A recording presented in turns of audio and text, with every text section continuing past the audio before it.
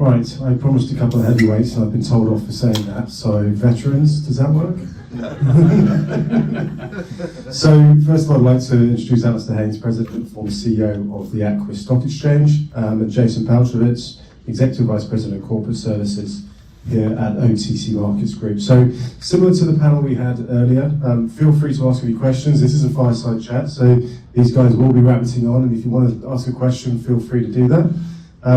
But I will start with, so Alasdair, thanks again for coming across and to the Aquis team for the second time to cross the pond for the Global Markets Forum alongside the CSE. I recently happened to be a guest of Aquis in London at the Small Cap Awards, where you won the Lifetime Achievement Award. So congratulations, you are really a veteran, so congratulations. The Aquis core business has historically been a pan-European trading venue. I'd be interested to know, as I'm sure everyone else would, what was it about the UK capital markets landscape, or what was missing, that led Aquis to make the decision to buy Next and enter the listings business in 2019? I think there's two reasons behind that.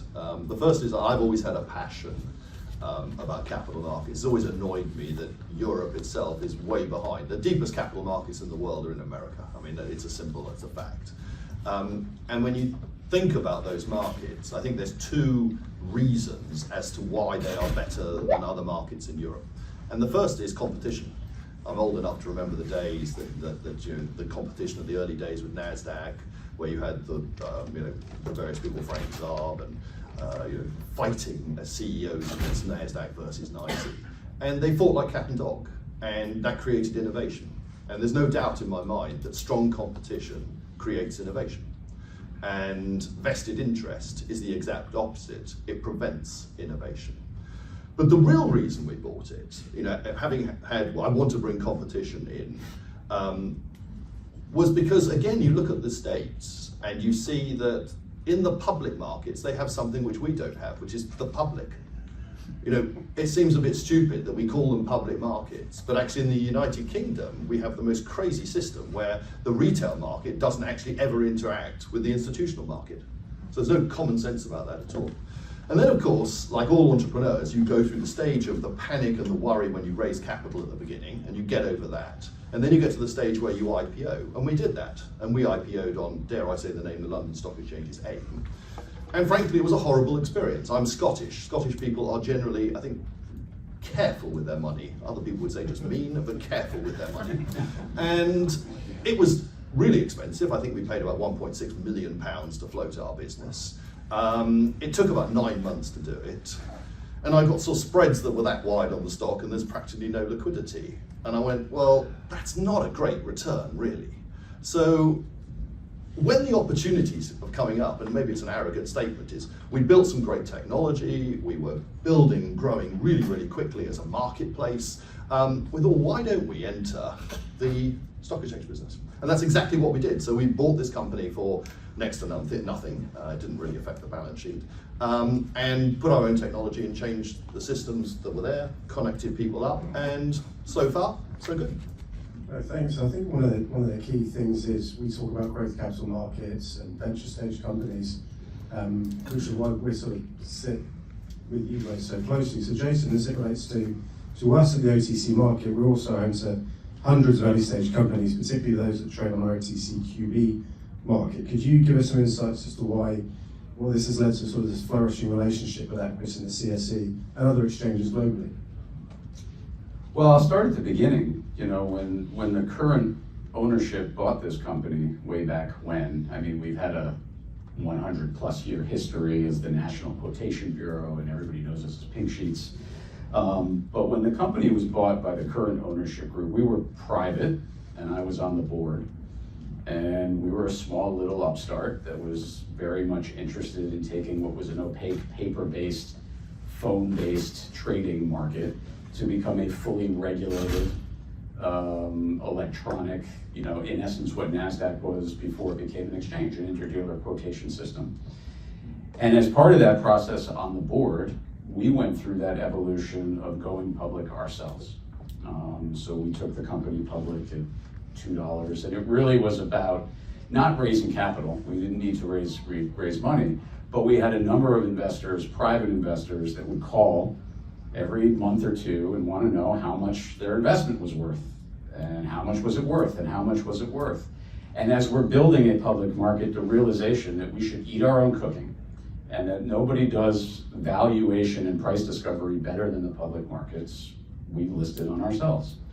And I will tell you, being on the board, we thought when we did that, all of those investors that were calling were going to immediately sell their stock, and that never happened.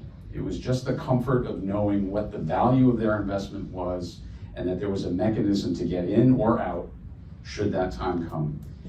And when we did it, and we did it on ourselves, not being an exchange, we created the ecosystem and the idea that public shouldn't be painful, and that there should be a mechanism for small companies that wanted to go public, that wanted to provide that, give them a path that didn't require the millions of dollars that one has to go through to get onto the New York Stock Exchange or NASDAQ. There are companies that want to be public that don't need to raise capital. There have to be more efficient ways to raise capital. And so the business was built on the premise, again, that early stage growth companies needed a path that was right-sized for the types of companies there were. And that merit review by an exchange and all of the documentation that goes with that is unnecessary, certainly for early stage companies. And the early business of ours was primarily US early stage growth companies. As we've grown and become, the largest stock exchange for non-US equities in the US, we've become primarily a non-US secondary market. And Aquis and the CSE, they're our suppliers, right? We don't really have a business without these gentlemen going out there and getting companies, finding ways for early stage growth companies to be able to raise money on those markets to supply what is now a secondary market primarily for non-US issuers. And so, as I said in my early remarks this morning, it was a natural fit. It was a natural fit to, being an upstart that wanted to solve a problem and help companies grow, to connect with other people that saw the problem themselves and wanted to solve it. And we are the largest capital market, whether we like it or not, and we do add value. And so that if we can help people in the UK, we had a Nordics week last week, right? So the Nordics are great markets for early stage growth companies.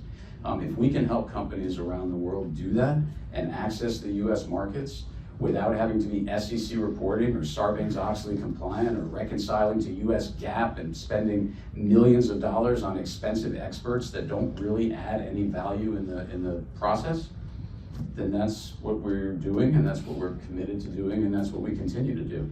And so partners like Aquis and the CSE and the NSX in Australia now, and NASDAQ First North and Spotlight Markets, all of these markets see the problem and are trying to solve it. And it's hard, because the London Stock Exchange or the Toronto Stock Exchange or Euronext or Deutsche Börse or any number of incumbents, they're going to fight you hard to keep what they have. As an extension of that, one of the lesser understood parts of our business is why we don't compete with other exchanges and why we actually send liquidity back. So when you think about a UK issuer that's listed on London or Aquis for that matter, if they have a dual listing on the New York Stock Exchange or NASDAQ, that's going to split liquidity. And more often than not, US becomes the primary.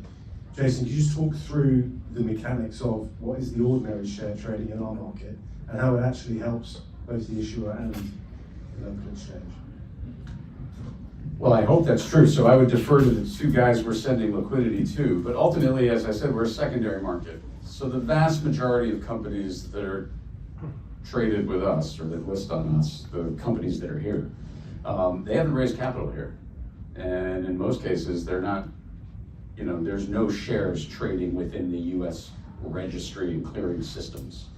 So when a market maker is quoting an Aquis, the Smarter Web is one of the most active Aquis companies we have, or if they're quoting one of the CSE issuers, right? It's a US market maker quoting a non-US security in US dollars during US trading hours.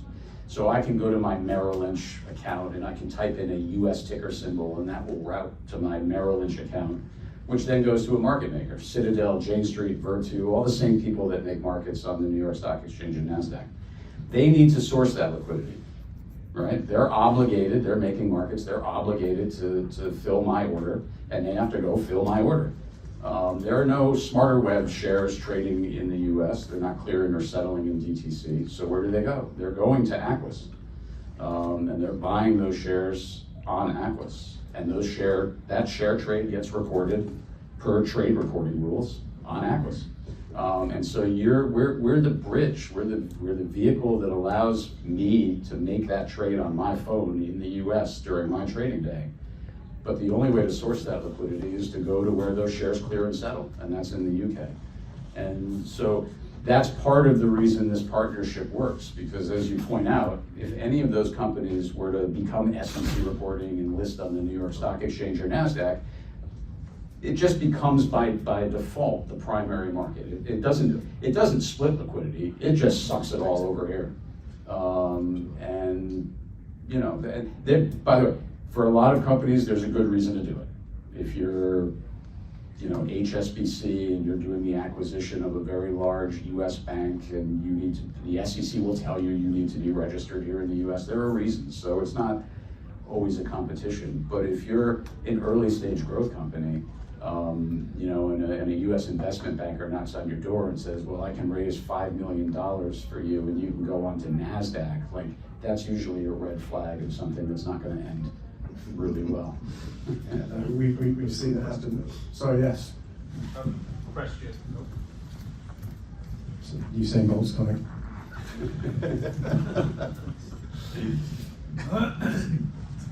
Thank you, Joe. I have a question. Alasdair mentioned about retail investors. Can you talk a little bit, Jason, about the access for international companies that are traded on the OTC, specifically retail investors, and how OTC can help gain that access? Well, we hope in that we're turning the lights on. I think a lot of companies don't recognize or understand or, you know, aren't educated on the trading dynamics in the US. And the fact is, if I'm a US retail investor with a Charles Schwab account, like, I'm not buying Aquis security. Like, I can't buy an Aquis security. Those ticker symbols aren't in the trade file that Schwab is getting to allow me to trade, right? Robinhood doesn't have non-US tickers sitting in their registry or whatever you want to call it. And so that, in effect, is what we're doing. It's creating that US ticker symbol. It's getting that market maker that is connected, that can make that bridge. That's what's opening it up. And that's the same in Canada and the UK and the 78 other countries that we serve, is giving access. You know, US retail, en masse, collectively, is the largest institution in the world. Yep. And people forget that, and the power that the US self-directed investor actually brings to bear. And if you're an Aquis or a CSE company, right, an early stage growth company, which is by default risky, right? These are risky companies, early stage growth companies. There's a 50-50 chance they're going to make it. But with that risk comes reward, and it's the US self-directed investor that tends to be the driver of liquidity and growth, because they're much more apt than a UK retail investor to kind of take that punt. Well, there's another point on retail, which is we have to. I mean, it's simple. We have to have retail. You know, without retail in a marketplace, it's having a boat without water. You know, you have to have retail in there. I've just written a paper actually, which for the government on a particular topic, and in that paper it says, how much money do you think just sits in bank accounts eroding in Europe with inflation, just getting no interest? And the answer is 10 trillion euros. That is a huge sum of money. And what happens is that, you know, the difference between here, when I come and land in New York or Chicago here, the first thing if you say to a taxi driver, you know, oh, I'm in financial services, is they start telling you about their 401k and expecting you to give them some advice or whatever. You know, that's absolutely not the way it happens. The regulators that we have, unfortunately, in Europe see small cap, micro cap as a high risk business, and therefore we have this sort of care of duty to the customer. We must protect these people, and it's the protectionism that stops people from being able to invest properly. And there's an irony, because I can pick up the phone or pick up, you know, go on a computer or whatever it is, and I can deal in Bitcoin tomorrow.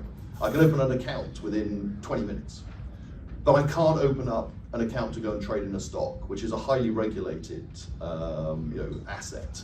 And in fact, it's proven. I mean, the asset manager over here has done research for the last 150 years. The best performing asset of any asset out there is a portfolio of microcap and small cap stocks. So if you haven't got microcap and small cap, not everything in one stock, but if you don't have that as a percentage of your portfolio, you are actually not looking after your customer. It's quite the reverse. And that is something I think we will ultimately change. And it's one of the things that I believe in Aquis that we're going to change. Because small companies, and let's face it, today is all about the smaller and the growth companies out there. Small companies are companies like children. And most of you probably in this room do have children. They start small, they grow, and they ultimately mature.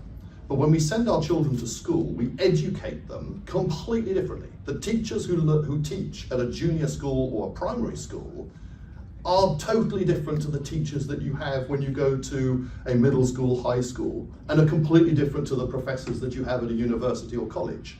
And there's a reason behind that, because as the company grows, as the child grows up, there's a maturity and a different requirement. There's proportionate, it's appropriate, so you get the right people to teach. What we do in Europe is, you want to go public? Here you are, these are the rules and regulations. You're all going off to university. So we have a bunch of 5-year-olds going off to university. And people say, well, I don't understand it. I don't understand how this works. When we floated, we took up the FRC corporate governance code. BP has 100,000 employees. We had the same code for our 30. Now, think of the cost that's associated to that. It's not proportionate, it's not appropriate. And that's how we can change markets. And that's what stock exchange is. And it's done through competition, because monopolies are not going to change. Well, I think these are valid points, and we talk about often we hear from UK issuers, particularly I do. I'm a public company, everyone can buy me. BlackRock probably could buy you. Fidelity, Wellington, they probably could buy you, but they're not going to buy you because you're a small cap, and your natural investor base is that longer tail of the US investment community, which you say, Jason, is powerful. Alasdair, just going back to Aquis, because we're sitting here in the context of Aquis with issuers, and people think of the stock exchange, rightly so, as a listings bar. However, it's much more than this, and the markets and technology elements. Could you go into a lot more detail around Aquis and what has ultimately attracted SIX to acquire you? Look, I mean, Aquis Stock Exchange is a passion of mine, so I still remain president and chief exec of the Aquis Stock Exchange business. But what do we do as Aquis? I founded it because, funny enough, buying my son a phone in a phone company, because when I bought him, he wanted the latest phone. When I bought him this phone, he wanted the all-singing, all-dancing iPhone with unlimited text and downloads. And when I looked at what this company does, a stock exchange is no different to what a mobile phone company does. It's a network. And subscription I'm a subscription junkie. I really believe, and that's the Scottish in me, which is, marginal cost of zero is very attractive. So if you want to grow markets, give people the marginal cost. And we remain today the first and only stock exchange in the world that offers subscription. So people pay by message traffic. They don't pay by number of shares. They don't pay by value. It's purely the message traffic they use. You use the network, we charge you. You don't use the network, you supply liquidity, it's totally free. So, as a subscription junkie, we then created this secondary market. And that has led us to become now the 6th largest exchange in Europe today by volume and turnover. It's about 2.5 to 3 billion euros a day of business. And from that, like all entrepreneurs who are sitting in this room now know, you start off doing one thing and you end up doing something completely different. So the second thing is we actually found that we built our technology. We didn't want to build other people's, have other people's technology and license it. We wanted to build our own. And we built something, dare I say surprisingly good, but it was extraordinarily good. And it's probably the world's leading technology today. We built the first ever platform that operates 24/7. We operate the stock exchange in the cloud, the only recognized investment exchange in the world that today actually operates in the cloud. It can operate 24/7. It never has to close down. It doesn't do clear outs to update things and have new instruments. It just works all the time. And we suddenly found we built this and started to sell it. We operate the Colombian bond market, and then suddenly the Swiss were interested, and the Spanish were interested, all sorts of quite big exchanges. And we are building, now post-takeover I can say it, we're building the platforms for some of these bigger markets. And of course then the third thing was, why did we got into the stock exchange business? My job now is, unfortunately for health reasons, I resigned as CEO, but they asked me to stay on be president. I'm not quite certain what the title president does, but I am the president. And I don't get a motorcade. I don't get a motorcade. I don't, do anything else. But I get the president. But my job now is to build and use the instruments and the products that we have today within the whole of the SIX group, one of the top exchanges in the world, and build a new growth market. And we have to. Our competition, I keep on saying, competition amongst exchanges in Europe, which are effective monopolies, is not the other exchange.